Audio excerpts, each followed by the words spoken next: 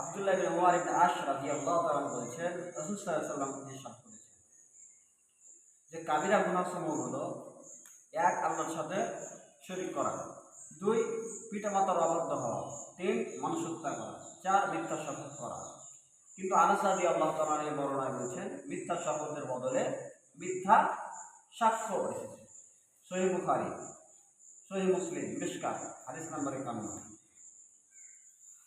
তো এখান থেকে আমরা বলতে পারলাম রাসূল সাল্লাল্লাহু আলাইহি ওয়াসাল্লাম বলেছেন ৪টি কাবিরা গুনাহ। কাবিরা বলতে আমরা কি বুঝি? বড় না ছোট? বড়। কাবিরা বলতে বড়, সাগীরা বলতে ছোট।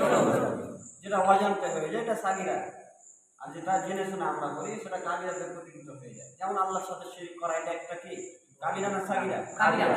কাবিরা বলে। যেমন পিতামাতার অবাধ্য হওয়া কাবিরা, যেমন মানুষকে হত্যা করা কাবিরা, মিথ্যা সাক্ষ্য দেওয়া কাবিরা। সুতরাং আমরা এখান থেকে সুস্পষ্ট বলতে পারলাম যে কাবিরা গুনাহ হচ্ছে ৪টি। কয়টি বললাম? ৪টি। আমি আরো একবার বলি। ১ নম্বর আল্লাহর সাথে অন্য কাউকে শিরক করা, ২য় নম্বর পিতামাতার অবাধ্য হওয়া, ৩য় নম্বর মানুষকে হত্যা করা, ৪র্থ নম্বর মিথ্যা শপথ দেওয়া, মিথ্যা শপথ করা বা মিথ্যা সাক্ষ্য দেওয়া। তো আমরা ৪টি জিনিস শিখলাম। এখন আমাদের স্টুডেন্টদের কাছে প্রশ্ন হবে যে ৪টির উত্তর কে দিতে পারবে?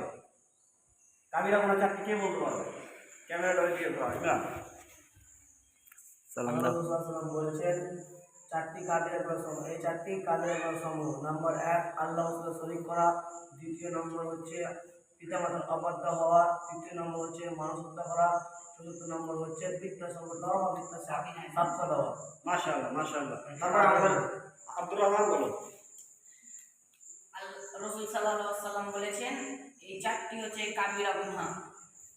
কাবিরা গুনাহ হচ্ছে যে আল্লাহকে শিরক করা, ২য় নম্বর হচ্ছে যে মা বাবাকে অমান্য করা, পিতামাতাকে অবাধ্য করা, ৩য় নম্বর হচ্ছে মানুষকে হত্যা করা, ৪র্থ নম্বর হচ্ছে মিথ্যা কথা বলা বা মিথ্যা সাক্ষ্য দেওয়া।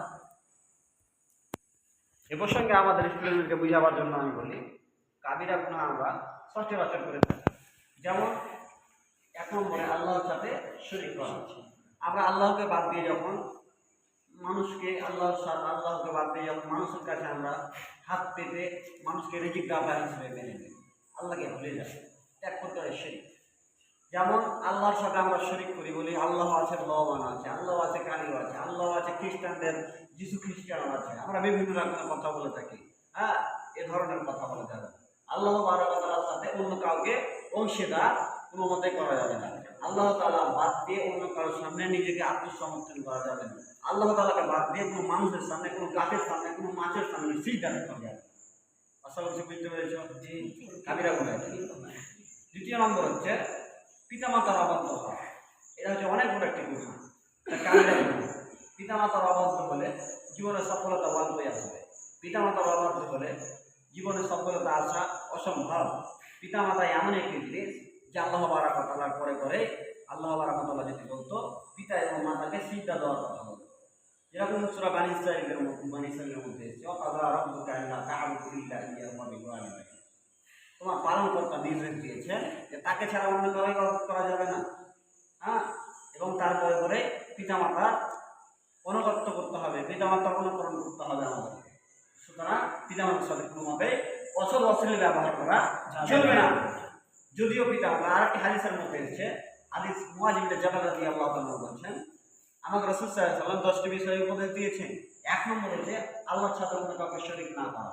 ২য় নম্বর পিতামাতার অবাধ্য না হওয়া। যদিও তারা মাল থেকে, ধন থেকে, এইভাবে হাদিসের মধ্যে এসেছে, তোমাকে বের করে দেয়, এরপরেও পিতামাতার বিরুদ্ধে তুমি কোনো রকম অ্যাকশন নিতে পারবে না। পিতামাতার বিরুদ্ধে তখনই অ্যাকশন নিতে পারবে যখন তোমার পিতামাতা বলবে তুমি ইসলাম ছেড়ে দাও, আল্লাহ রাসূলকে ছেড়ে দাও, তখন তুমি পিতামাতার অবাধ্য হতে পারবে বা পিতামাতাকে এড়িয়ে চলতে পারবে। তবুও লাথি মারা যাবে না, তবুও বেয়াদবি করা যাবে না, শুধু অল্প কথাটা অমান্য করতে হবে। সুতরাং আমাদেরকে প্রতিটি স্টুডেন্টকে পিতামাতার অনুগত্য করতে হবে, পিতামাতার কথাকে মেনে চলতে হবে, পিতামাতা যেই আমাদের কাজ করতে পেরেছে সেই কাজকে আমাদের ফলো করতে হবে। ২য় নম্বর হচ্ছে কাবিরা গুনাহ মানুষকে হত্যা করা। আজকে আমরা বর্তমান সোসাইটিতে একটা পশুর আখলাক হচ্ছে আর একটা পশুকে মেরে ফেলা নয়, হয়তো তাদের মধ্যে ঝগড়া হতে পারে, ঝামেলা হতে পারে, কিন্তু আমরা আজকে পশুর চাইতে নিকৃষ্ট হয়ে গেছি। ভাই হয়ে আর এক ভাইকে হত্যা করি, বাবা হয়ে ছেলে হয়ে বাবাকে হত্যা করি, হত্যা না করলে অন্তরাত্মাকে কষ্ট দিই, এ আমাদের আখড়ার চরিত্র হয়ে গেছে। এক মুসলমান হয়ে আর এক মুসলমানের গিবাদ পর নিন্দা পরচর্চা, কিভাবে তার ডুবিয়ে দেওয়া যায়, কিভাবে তাকে মেরে দেওয়া যায়, কিভাবে তাকে ক্ষমতা থেকে হটিয়ে দেওয়া যায়, এই পরিচর্চা করতে হবে। মানুষ হত্যা করা, মানুষকে কষ্ট দেওয়া, এ ধরনের কাজ থেকে আমাদেরকে বিরত থাকতে হবে।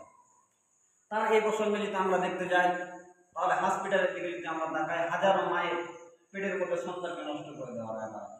এটা এক প্রকারের মানুষকে হত্যা করে দেওয়া, রিজকের ভয়ে সন্তানকে হত্যা করে দেওয়া, এটা এক প্রকারের কাবিরা গুনার মধ্যে পড়ে। তারপরে আসে আমরা মিথ্যা শপথ করা। মিথ্যার সাথে আমরা এমনভাবে মিশে গেছি জীবনে, যা তোমাদেরকে আমি বলে ভাষায় দিতে পারবো, বোঝাতে পারবো না, যদিও তোমরা ছোট। মিথ্যা এমন একটি জিনিস যেটার প্রবলতা, যেটার ছায়া তলে এলে তুমি ধ্বংস হওয়াই হওয়া। মিথ্যা বলে কখনোই পার পেয়ে যায়নি কেউ, তুমিও পাবা না। মিথ্যা বলে সফল হওয়া যাবে না, মিথ্যা বলে সফল হওয়া যাবে না। একটা মানুষকে মিথ্যা বলে ধোঁকা দেওয়ার চেয়ে তাকে সত্যটা বলে তুমি খারাপ হয়ে যাও, তবুও হোক। মিথ্যা বলে খুশি করার কোনো প্রয়োজন নেই। মিথ্যা বলাটা কাবিরা গুনাহ, মিথ্যা বলা যাবে না। বা মিথ্যা শপথ করা যাবে না। মিথ্যাভাবে তুমি শপথ করছো, মিথ্যা সাক্ষ্য দিচ্ছ। আমরা আমাদের ঈমান, আমাদের মুখের জামান এক কাপ চায় আমরা বিক্রি করে দিই, একটা বংশ ভারী বংশের কাছে আমরা বিক্রি করে দিই, একটা ভারী ক্ষমতাবান লোক যদি আমাদের কাছে আসে, মিথ্যা কথা, মিথ্যা সাক্ষ্য আমরা দিতে প্রস্তুত হয়ে যাই। এটা যে কাবিরা গুনাহ, এটা থেকে বেঁচে থাকতে হবে। পরিশেষে আল্লাহর কাছে দোয়া, যে আল্লাহ আমাদের সকলকে সহি বুঝ দান করুন, বলি আমিন। আজকে এই পর্যন্ত তোমাদের, আগামীকাল আবার রয়েছে।